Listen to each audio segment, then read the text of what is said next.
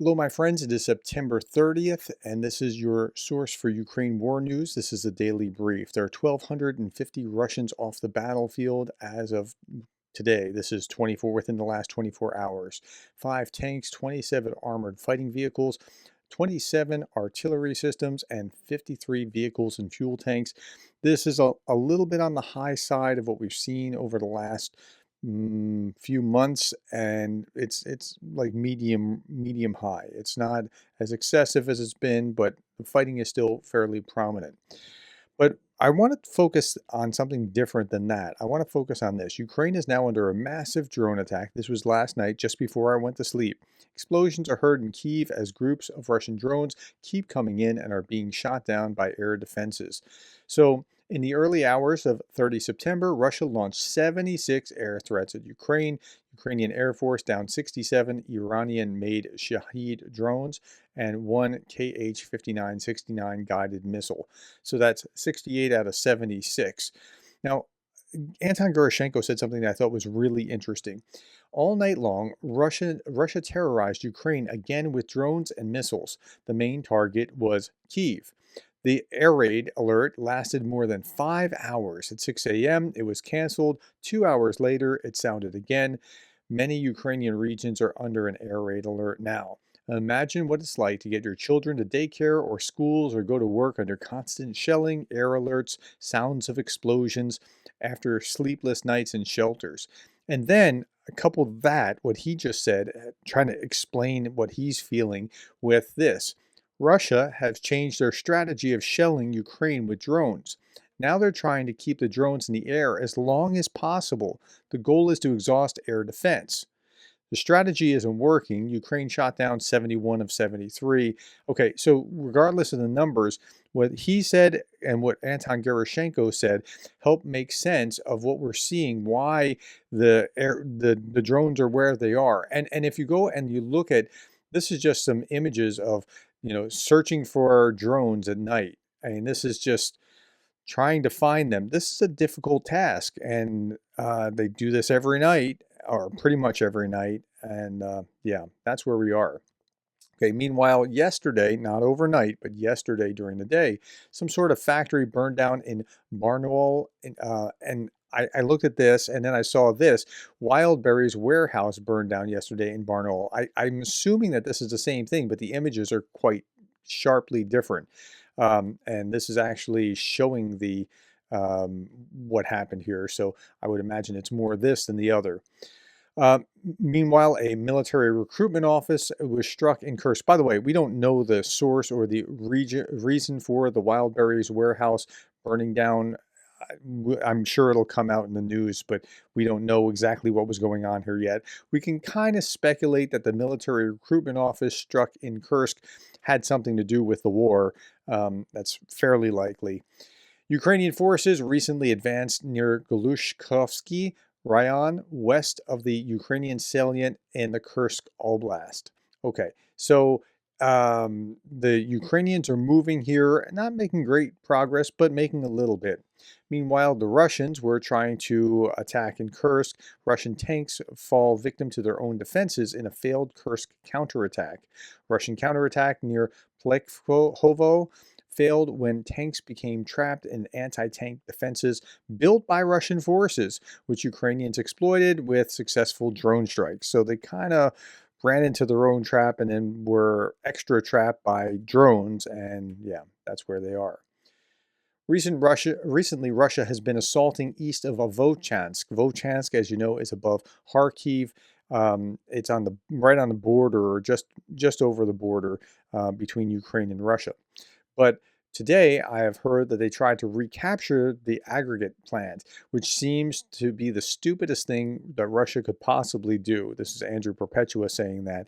And that made me scratch my head too, because I was thinking, like, do you remember what it was like at the Volchansk aggregate plant held by the Russians until recently? This is UATV talking about this. Enemy commanders violently forced their subordinates to pursue futile resistance, thus dooming them to death amid an advance of the Ukrainian Defense Intelligence units.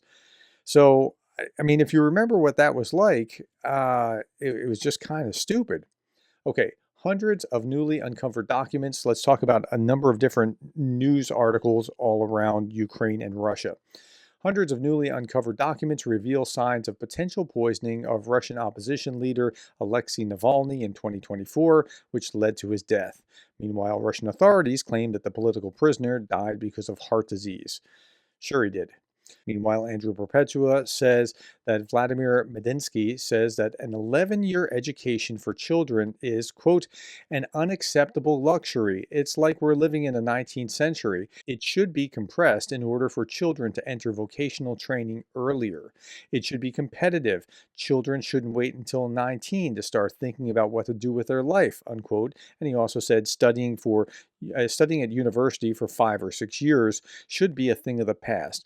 Why is he saying that? He's saying that, I think, because there is a population crisis in Russia. They really are, and they're doing it to themselves, but they're trying to promote anything that will allow women to get pregnant sooner and start having children. And it's not because they care about life, it's because they care about Russian population and whatever war may come down the line 20 years from now. Okay, one Russian newspaper this morning reports on a recent study of history textbooks in former Soviet countries. So think Poland, Lithuania, former Soviet countries. Russia is portrayed as a colonial state that persecuted people on the territories it incorporated. And they're all aghast about this.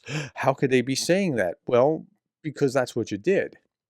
Ukraine's military chief, Budanov, may be dismissed soon, according to its sources in the security services. I first caught wind of this when Greg Terry told me that he's hearing this on the ground. And if you don't watch Greg Terry, you should. His channel is awesome, and he's a wealth of information.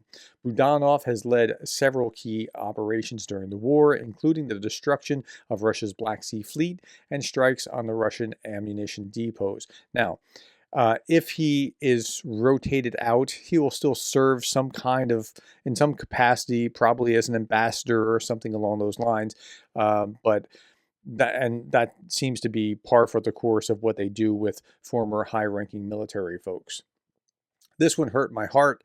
The Russians have destroyed or damaged almost 1,000 libraries in Ukraine since the start of the full-scale invasion. And it's not just because I like books and I'm a nerd and that sort of thing, but I think about the wasted human potential that like these books are knowledge. Knowledge is power, or potential power rather, and it's just another genocidal attack on the people of Ukraine.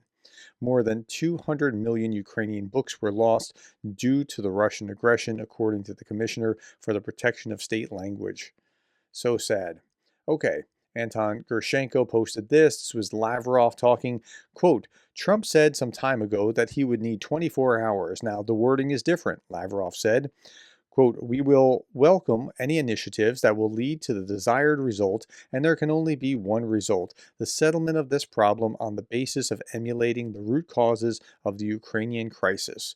Speaking of those root causes, Lavrov repeated that the Russian narrative was that Western countries were allegedly dragging Kyiv into NATO. Yeah, they had to work hard to just pull Ukraine in. It's not like Ukraine was trying to escape from your colonial ambitions. NATO has repeatedly said it would be happy to admit Ukraine, but no specific timeline has ever been given. Most observers are convinced that as long as the war with Russia continues, this will not happen, and that the Russian-speaking population has been oppressed in Ukraine. And he recalled the Ukraine language laws and the creation of the Orthodox Church. And yeah, that's not the reason.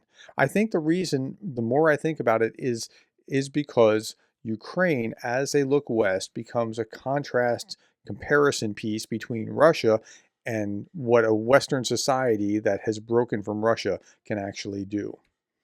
Okay, analysis from the Institute for the Study of War suggested even a small number of successful long-range strikes could change the course of the war. And this is like if the U.S. provided ATACMS and those kind of long-range missiles. They're not coming. The hope is that they can actually produce it in country sooner or later, but how soon or how late, that is an open question. Yesterday, I talked about this interesting picture of how trade with Russia and EU changed since the beginning of the war, and it went country by country. And if we look at this chart, we see like certain countries were doing like pretty poorly. Croatia, here's trade before the war, and they were trading a lot after, right? And Lithuania, it dropped like a rock. Germany, it dropped like a rock. But then some of you started talking about how, you got to look to trade with other countries that were trading with Russia. So that's a good question. Here's the craziest and most infuriating chart I saw this past week. Germany's monthly exports of goods purportedly to Kyrgyzstan. Look at this. Before the war, here's the dotted line. Look what's happened. So Germany, while they're not doing this officially, has been trading headlong with Kyrgyzstan, which knowingly that this material that they're trading there is going to go to Russia. So they've got blood on their hands, these corporations that are trading like that. Jay, in Kyiv, the West still doesn't understand that Russia and China's territorial expansion resources grabs are not so much about getting those resources as they are about restricting the free world's access to them. I thought, wow, that's a really interesting thought. Tell me what you think about that, because I think he's really onto something with that comment. Okay, last two things. Darth Putin, on this day in 2015, we began to bomb every hospital in Syria to teach ISIS a lesson. Western bombing of the Middle East creates tea. Russian bombing of the Middle East creates joy and unicorns among the lucky victims. Okay, and speaking of the victims, a new design for benches in Moscow. The ad promotes contracts to serve the Russian army. The outlook of the benches is very truthful. I looked at these benches and I thought, before I even read it, I thought, what are the caskets doing lined up? And then I realized, no, those are benches with ads, ironically, for service in the Russian military. Okay, we'll leave you with that, my friends. Thank you for your time. Thank you for the likes, the shares, the subscribes. Thank you to my members and patrons. Thank you for being the kind of person that cares about Ukraine.